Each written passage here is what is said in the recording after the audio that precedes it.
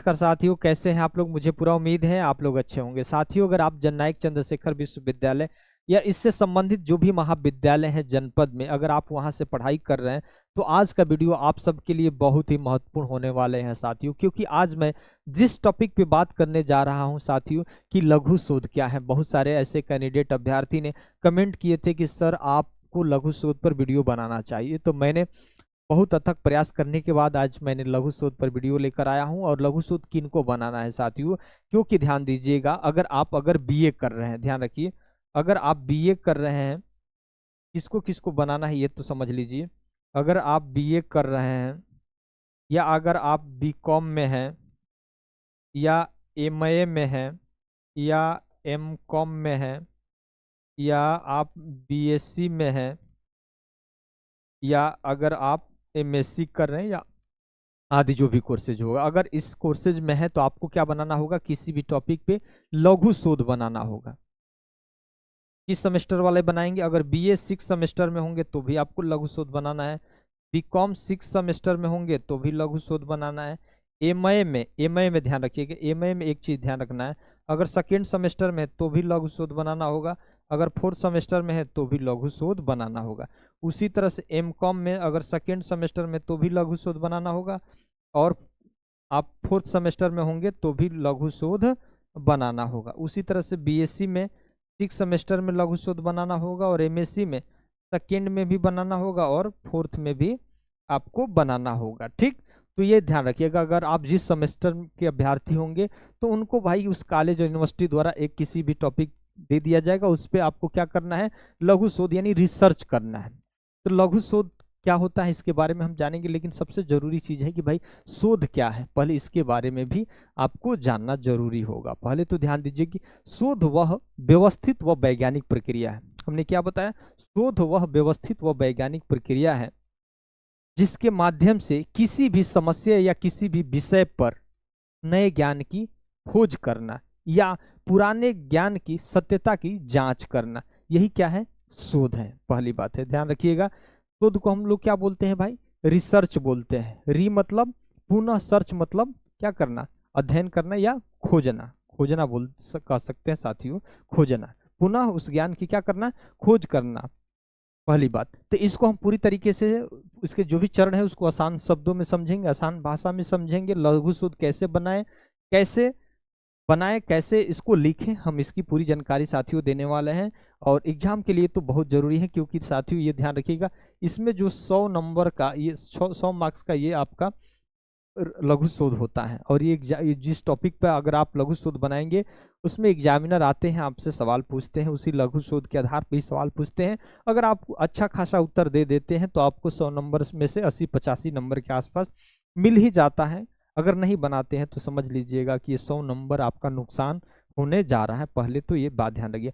अगर लघु शोध बनाने में किसी प्रकार की अगर दिक्कत आ रही होगी, नहीं बना पा रहे होंगे, नहीं समझ पा रहे होंगे, तो जरूर आप मेरे व्हाट्सएप पे मैसेज कर सकते हैं। 9919135670 DS सर के नाम से है। आप इस पे आप जो भी आपको कॉलेज से टॉपिक मिलेगा जरूर बताइएगा, उसमें हम आपका जरूर सुझाव देंगे। हो सकता है आपके बनाने में भी मैं मदद कर सकता हूँ। ठीक, तो ये नंबर पे आप व्हाट्सअप करेंगे, क्या करेंगे, व्हाट्सअप करने का भरपूर आप प्रयास करेंगे, आप फोन नहीं करेंगे, पहली बात है, व्हाट्सअप करेंगे। ठीक, शोध समझ गए। और इसमें एक ध्यान दीजिए, पहले लघु शोध क्या होता है पहले तो ये समझ लीजिए।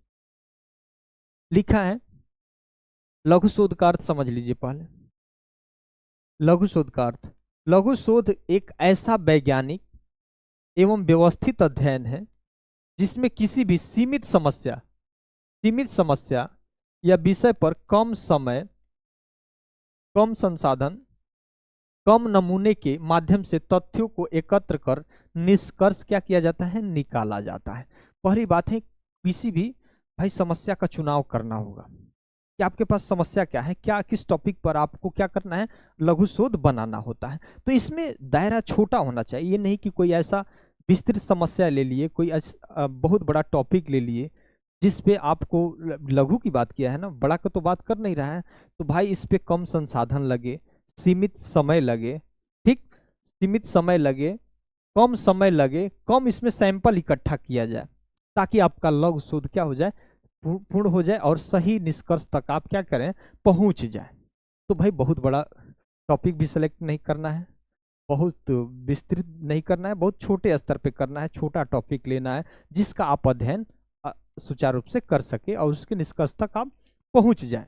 पहली बात है क्या लिखा है, यह बड़े शोध यानी मेजर रिसर्च का सरल और छोटा रूप है। यानी जो बड़े रिसर्च कौन करते हैं, अगर आपको पीएचडी करना होगा तब भाई बड़े रिसर्च करना होता है बड़े लेवल पर, लेकिन आपको तो भाई यूजी के स्टूडेंट है, अगर आप पीजी के स्टूडेंट हैं तो बड़ा आपको रिसर्च नहीं लेना है, बड़े शोध नहीं लेना है, छोटा सीमित टॉपिक लेना है, छोटा टॉपिक लेना है जिसमें संसाधन भी कम लगे, समय भी कम लगे और सैंपल भी कम इकट्ठा करना पड़े, ताकि आपको उचित निष्कर्ष तक पहुंचे। तो ये ध्यान रखना, टॉपिक सेलेक्ट करते वक्त अपने यूनिवर्सिटी और कॉलेज वाले जो भी आपको टॉपिक देंगे वो तो छोटा ही देते ही है, तो ध्यान रखिएगा, या अपने से भी सेलेक्ट करना होता है, आप अपने से भी कर सकते हैं, इसमें कोई दिक्कत नहीं। सरल शब्दों में इसको कैसे समझे, छोटा विषय लेना है, छोटा विषय समस्या या छोटा टॉपिक लेना है, सीमित क्षेत्र हो उसका, सिस्टमेटिक स्टडी हो, और इसी को क्या बोलेंगे, लघु शोध। लघु शोध क्या बोलेंगे भाई, छोटा विषय होना चाहिए, सीमित क्षेत्र होना चाहिए, सिस्टमेटिक स्टडी होना चाहिए, उसी को क्या बोलेंगे, लघु शोध बोलेंगे। साथियों हम यहाँ पे लिए हैं एक छोटा सा टॉपिक जिसको आप उदाहरण के तौर पे आप समझ सकते हैं। पहला ध्यान रखिएगा, तो लघु शोध की विशेषताएं क्या है, हमने आपको थोड़ा सा इसके बारे में डिटेल्स में मैंने बताया है। ठीक, लघु शोध की क्या है विशेषताएं भाई, तो विषय क्या हो, सीमित होता है, समय कम लगता है, नमूना छोटा होता है, वैज्ञानिक विधि अपनाई जाती है, वो कोई भी सिस्टमेटिक तरीके से भाई अध्ययन किया जाता है, निष्कर्ष क्या हो, व्यवहारिक होते हैं, शिक्षण एवं प्रशिक्षण में उपयोगी हो। भाई वो शिक्षण प्रशिक्षण में क्या हो, उपयोगी हो, किसी भी अगर टॉपिक पर उसका अध्ययन करेंगे तो उसकी कहीं ना कहीं उपयोगिता जरूर होनी चाहिए। ठीक, लघु शोध का महत्व क्या है, छात्रों के वैज्ञानिक सोच विकसित करता है। भाई छात्रों क्या करता है, वैज्ञानिक सोच विकसित करता है। अगर किसी टॉपिक पर अगर आप अध्ययन करेंगे, रिसर्च करेंगे, तो निश्चित है भाई आपके अंदर जो वैज्ञानिक सोच क्या होगी, विकसित होगी। समस्या समाधान की क्या मिलेगी, क्षमता बढ़ेगी। किसी भी समस्या को आपने लिया है, किसी भी टॉपिक को आपने सेलेक्ट किया है, तो निश्चित ही उस समस्या की भाई समाधान की क्षमता आपके अंदर क्या होगी, विकसित होगी, तभी तो आप उसके निष्कर्ष तक पहुंच रहे हैं। लेखन और प्रस्तुतिकरण का कौशल विकसित होगा। भाई लिखेंगे, उसको प्रस्तुत करेंगे, प्रेजेंट करेंगे, तो ये आपके अंदर क्या करेगा भाई, वो स्किल क्या होगा, धीरे धीरे विकसित होने लगेगा। तो लघु शोध का एक बहुत ही बड़ा महत्व है। पहला इसमें क्या करना है भाई, लघु शोध के जो चरण में, तो पहला ध्यान रखिएगा कि पहले समस्या का चयन किया जाता है कि समस्याएं क्या है भाई, पहला समस्या का चयन किया जाता है। यानी शोध का पहला और सबसे महत्वपूर्ण चरण होता है, पहला और सबसे महत्वपूर्ण चरण क्या होता है, समस्या का चयन। ये एग्जामिनर आपसे पूछ सकता है कि बताओ शोध का पहला और सबसे महत्वपूर्ण चरण का क्या नाम है, तो आपको क्या बताएंगे भाई, समस्या का चयन बताएंगे। क्या बताएंगे, समस्या का चयन चरण। यह तय होता है कि किस विषय पर शोध किया जाएगा, किस विषय, भाई विषय सेलेक्ट करेंगे ना, कोई टॉपिक तो आपको सेलेक्ट करना ही होगा कि किस विषय पे आप शोध करेंगे। समस्या के चयन के गुण स्पष्ट हो, पूरी तरीके से गुण क्या हो, स्पष्ट हो, व्यवहारिक हो, मापनीय हो और क्या हो, सीमित हो। ऐसा कोई टॉपिक न मिल जाए जिसका दायरा ही बहुत विस्तृत हो जाए, जिसको दायरे में सीमित नहीं किया जा सकता है, उसका मापन न किया जाए हो, तो व्यवहारिक ना हो, तो उसका कोई मतलब नहीं हो। पूरी तरीके से समस्या के चयन के गुण पूरी तरीके से स्पष्ट होना चाहिए, व्यवहारिक होना चाहिए, मापनीय होना चाहिए और सीमित होना चाहिए। ये समस्या का चयन ध्यान रखना। जैसे एक उदाहरण से आप समझिए, विद्यालय में अनुशासन की समस्या, विद्यालय में अनुशासन की समस्या, तो कोई भी विद्यालय है, कोई विद्यालय ले लिए, बलिया का विद्यालय ले लिए, या कोई ब्लॉक स्तर का विद्यालय ले लिए, या पूरे ब्लॉक स्तर का विद्यालय ले लिए, या आप अपने ग्राम पंचायत स्तर में जो भी एक आधो विद्यालय है उनका आपने चयन कर लिया, तो कोई भी आपको सेलेक्ट करना है सीमित, जिसका आप अध्ययन कर सकते हैं। ये नहीं कि पूरे देश का अगर विद्यालय ले लेंगे तो फिर अध्ययन आपसे नहीं हो पाएगा। बलिया का भी ले लेंगे तो अध्ययन करना बड़ा मुश्किल हो जाएगा, बलिया में बहुत सारे विद्यालय हैं, तो आप अपने ब्लॉक स्तर का ले सकते हैं, आप अपने तहसील स्तर का ले सकते हैं, गांव स्तर का ले सकते हैं, जितना छोटा हो जिस पे आप अध्ययन कर सकते हैं।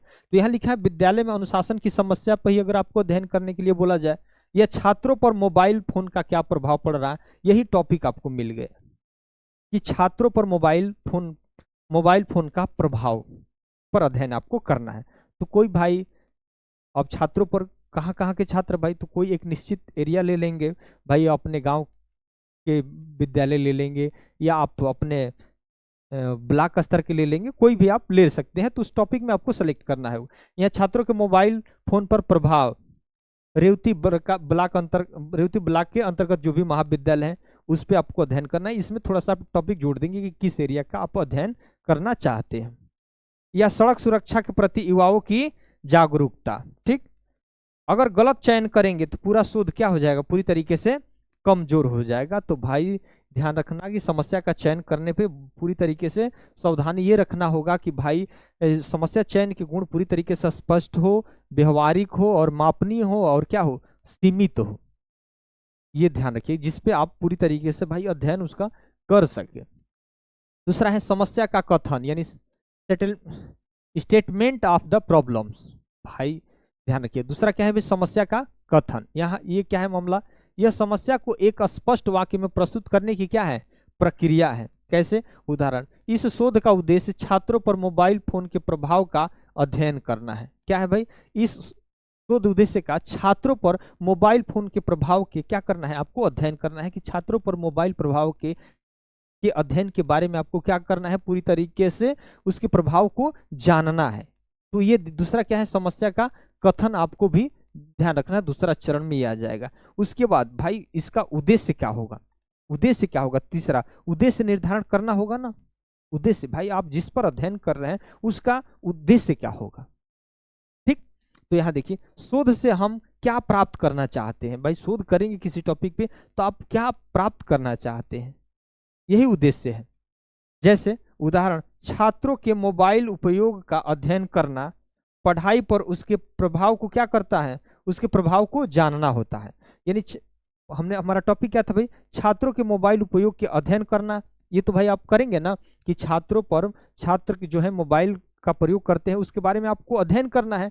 अध्ययन करके तो उसके प्रभाव को आप जानेंगे, तो उसका बुरा प्रभाव पड़ रहा है, अनुकूल प्रभाव पड़ रहा है या प्रतिकूल प्रभाव पड़ रहा है, यह भाई आप अध्ययन करेंगे तभी तो उसके क्षेत्र को जानेंगे, उसके अध्ययन उद्देश्य को जानेंगे कि कितना % पे बुरा प्रभाव पड़ रहा है, कितने % पे अच्छा प्रभाव पड़ रहा है, नकारात्मक प्रभाव पड़ रहा है या सकारात्मक प्रभाव पड़ रहा है, कुछ तो आप इसमें जरूर जानेंगे। तो ये ही क्या होता है, उद्देश्य होता है।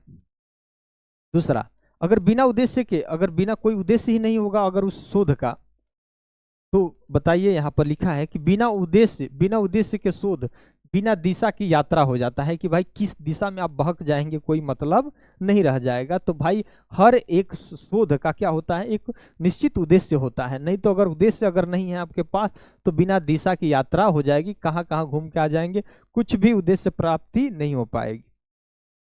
उसके बाद परिकल्पना, हाइपोथेसिस का निर्माण। देखिए फॉर्मुलेशंस ऑफ दी हाइपोथेसिस, ये बहुत ही महत्वपूर्ण है। परिकल्पना क्या होता है, यानी शोध से पहले किया गया अनुमान, शोध से पहले किया गया अनुमान, रिसर्च से पहले किया गया अनुमान। क्या अनुमान, यहाँ देखिए उदाहरण, अधिक मोबाइल उपयोग से छात्रों की शैक्षणिक उपलब्धियां प्रभावित होती है। यानी नहीं है, जैसे हम लोग एक कल्पना हाइपोथेसिस नहीं बना लिए हैं कि आजकल के बच्चे मोबाइल चला रहे हैं जिससे उनके पढ़ाई पर बुरा असर पड़ रहा है, एक कल्पना बन गया है ना, तो वही हाइपोथेसिस होता है। तो लघु शोध में परिकल्पना अनिवार्य नहीं है, लेकिन क्या है, पूरी तरीके से उपयोगी जरूर है। पांचवा, अध्ययन क्षेत्र का चयन करना होगा। यह तय किया जाता है कि शोध कहाँ किया जाएगा, शोध कहाँ किया जाएगा। उदाहरण, XYZ इंटर कॉलेज में। भाई अगर मोबाइल चलाने से छात्रों पर अगर प्रतिकूल प्रभाव पड़ रहा है तो भाई छात्र जहाँ होंगे वहीं तो आप अध्ययन करेंगे ना। तो भाई उनके कॉलेज में कर सकते हैं, या ABC कोई भी ग्राम ले लेंगे, उस गांव में भी बहुत सारे ऐसे बच्चे हैं जो पढ़ने वाले बच्चे हैं जो मोबाइल अपना चला रहे हैं, गांव को भी सेलेक्ट कर सकते हैं, या किसी भी विद्यालय या कक्षा 10 कोई भी तो एक निश्चित जगह सेलेक्ट करेंगे ना। तो हमने नहीं बताया कि आप ब्लॉक स्तर पे कर रहे हैं या गांव स्तर पे कर रहे हैं या जिला स्तर पे कर रहे हैं, कोई एक निश्चित दायरा जरूर आपके पास होना चाहिए, तभी तो आप उसको कर पाएंगे। या 2-3 गांव ले लिए हैं या 10 गांव ले लिए हैं या ब्लॉक तहसील या प्रदेश स्तर पे कोई भी ले लिए हैं, लेकिन लघु शोध करना है, जितना छोटा सीमित क्षेत्र रहेगा उतना ही आपको सावधानी रहेगी ये सारी चीजें शोध करने में। शोध विधि का चयन ध्यान रखिएगा, यह तय विधि, भाई भाई कौन सी विधि अपनाकर शोध पूरा करेंगे। एग्जामिनर पूछ देगा कि आपने जो लघु शोध बनाया है इसमें कौन कौन सी विधि का इस्तेमाल किया है, तो ये आपको बताना पड़ेगा। तो यह तय किया जाता है कि जानकारी कैसे जुटाई जाएगी, जानकारी कैसे जुटाई जाएगी। तो सर्वे विधि, एक सर्वे विधि होता है, और एक प्रश्नावली विधि होता है, एक साक्षात्कार विधि होता है, ऐतिहासिक विधि होता है, अवलोकन विधि होता है, और एक क्या होता है, केस स्टडी विधि होता है। तो अधिकतर लघु शोध में क्या किया जाता है, सर्वे विधि का इस्तेमाल किया जाता है। लोगों की अधिकांश लोगों की राय वगैरह जानी जाती है, उसी के आधार पर आपको क्या करना होता है, ये लघु शोध कंप्लीट हो जाता है। प्रश्नावली में तो कुछ सारे प्रश्न होते हैं, कुछ प्रश्न पूछे जाते हैं और प्रश्नों का उत्तर सामने वाले से लिया जाता है। तो कुछ प्रश्न होते हैं और उस प्रश्नों का उत्तर आपसे जानना जाता है कि भाई ये अगर इसका अध्ययन करेंगे तो इसका उत्तर क्या होगा। कोई प्रश्न आप पूछेंगे, सामने वाला उसको उत्तर देगा, तो ये प्रश्न प्रश्नावली विधि होगी। और साक्षात्कार मतलब डायरेक्ट आमने सामने किसी से प्रश्न पूछना, आमने सामने किसी भी विषय को आपने कलेक्ट कर लिया है तो उससे क्या करना है, साक्षात्कार मतलब जैसे इंटरव्यू में आमने सामने होता है, उनसे प्रश्न पूछना, उनसे जानकारी इकट्ठा करना, या फोन द्वारा किसी द्वारा भी आप जानकारी इकट्ठा कर सकते हैं। ऐतिहासिक मतलब पुराने पुराने तथ्यों के आधार पर जानकारी कलेक्ट करना। अवलोकन ऑब्जर्वेशन करना। और केस स्टडी, केस स्टडी मतलब किसी भी, अगर मान लीजिए क्लास में कोई बच्चा इतना कमजोर क्यों है, तो भाई कमजोर क्यों है, किसी क्लास में अगर किसी भी विद्यालय में बच्चा कमजोर होने के पीछे का क्या कारण है, तो कोई भी आप केस ले लेंगे, उसकी आर्थिक पृष्ठभूमि के बारे में अध्ययन करेंगे, उसकी पारिवारिक पृष्ठभूमि के बारे में अध्ययन करेंगे, उसकी मानसिक पृष्ठभूमि के बारे में अध्ययन करेंगे। तो किसी भी विषय को सेलेक्ट करके और कम से कम उसकी संपूर्ण जानकारी को क्या करना है, इसमें एकत्रित करना होता है। पहली बात, लघु शोध में सबसे ज्यादा उपयोगी होने वाली विधि क्या है, सर्वे विधि, क्योंकि यह पूरी तरीके से आसान है, कम समय और कम खर्च भी लेती है। ठीक, लोगों की राय जानकर आप सही निष्कर्ष तक पहुंच भी जाते हैं। डेटा संग्रह में ध्यान रखिएगा। डेटा संग्रह क्या है भाई, डेटा के प्रकार, कोई ऐसा टॉपिक लेंगे जिसमें डेटा वगैरह भी कलेक्ट आपको करना पड़ता है। तो डेटा संग्रह, डेटा के प्रकार, एक प्राथमिक डेटा होता है और एक द्वितीय डेटा। की एग्जामिनर पूछ देगा कि भाई ने आपने जो ये आपने डेटा कलेक्ट किए हैं, तो प्राथमिक डाटा क्या होता है, डेटा क्या होता है, सेकेंडरी डाटा क्या होता है, तो आपको बताना होगा। उसमें उदाहरण से आपके प्रश्न पूछा जा सकता है। तो इसमें प्रश्नावली भी होता है, साक्षात्कार, अवलोकन, अभिलेख या शोध की रीड होती है। कौन, डेटा संग्रह। तो प्राथमिक डाटा में क्या होता है, स्वयं, प्राथमिक डाटा में होता है स्वयं जो है शोधकर्ता, स्वयं शोधकर्ता जो ऑडियंस होता है, जो लोगों से क्या होता है डायरेक्ट प्रश्न पूछते हैं, सवाल जवाब लेते हैं, प्राथमिक होते हैं। और द्वितीय में क्या होता है, पहले से वह विद्यमान है, जैसे बुक्स वगैरह पहले से विद्यमान है, या सरकारी रिकॉर्ड विद्यमान है, या रिपोर्ट्स विद्यमान है, तो उससे कलेक्ट करना द्वितीय डेटा के अंतर्गत आता है। और प्राथमिक डेटा मतलब डायरेक्ट शोधकर्ता किसी से सवाल पूछता है और उससे सवाल का जवाब मिलता है, उसको किसके अंतर्गत रखेंगे, प्राथमिक डेटा के अंतर्गत रखते हैं। डेटा विश्लेषण, डेटा को तर्क एवं गणना से समझना होता है। उदाहरण जैसे 60% छात्र 3 घंटे से अधिक मोबाइल का प्रयोग करते हैं। 60% छात्र, अब भाई डेटा में यह बात निकल कर आई है कि 60% ऐसे छात्र हैं जो 3 घंटे से क्या करते हैं, अधिक मोबाइल प्रयोग करते हैं। अब ध्यान रखिए, निष्कर्ष, निष्कर्ष क्या निकल रहा है, पहले तो ध्यान रखिए, निष्कर्ष पे पहुंचेंगे। निष्कर्ष, शोध के अंत में निकाले गए परिणाम, शोध के अंत में निकाले गए परिणाम, आपने इतना रिसर्च किया तो आपने पाया क्या भाई। तो उदाहरण, मोबाइल का अत्यधिक प्रयोग पढ़ाई को नकारात्मक प्रभाव डालता है।